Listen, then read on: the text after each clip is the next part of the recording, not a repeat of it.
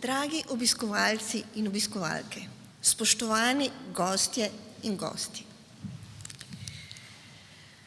Borut me je zaprosil, da vas njegovi odsotnosti pozdravim in vam čestitam ob državnem prazniku dnevu Rudolfa Maistra.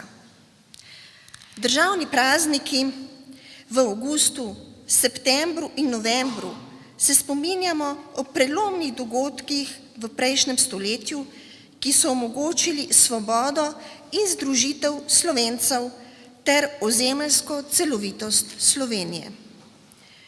Ti prelomni dogodki, tudi človeški, vojaški in politični pogum generala Maistra, ki je leta 1918 s svojo vojsko razorožil nemško varnostno stražo in jo razpustil, in s tem dogodkom pa je k Sloveniji priključil večji del slovenskega narodnostnega in govornega območja Štajerske in Koroške.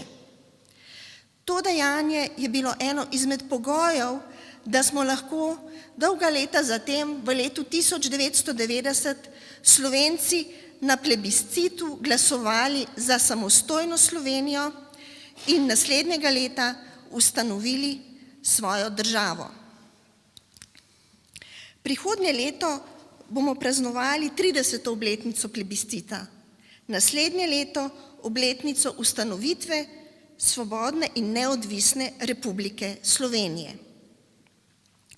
Predsednik Republike domala ob nobenem državnem prazniku, ob priložnosti dneva odprtih vrat v predsedniški palači in pozdravnega nagovora obiskovalcem ne pozabi poudariti, da je ustanovitev samostojne slovenske države najbolj odločilen trenutek v razvoju našega nacionalnega vprašanja.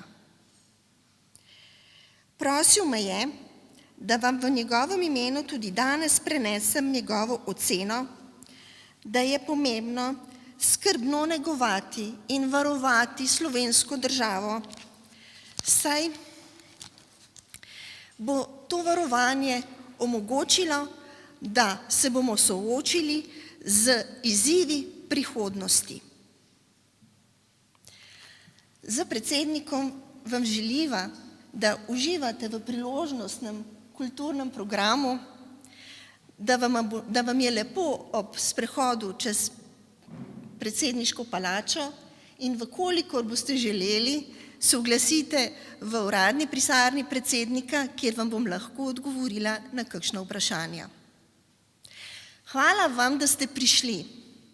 Še enkrat vam čestitam ob današnjem državnem prazniku in lepo se imejte.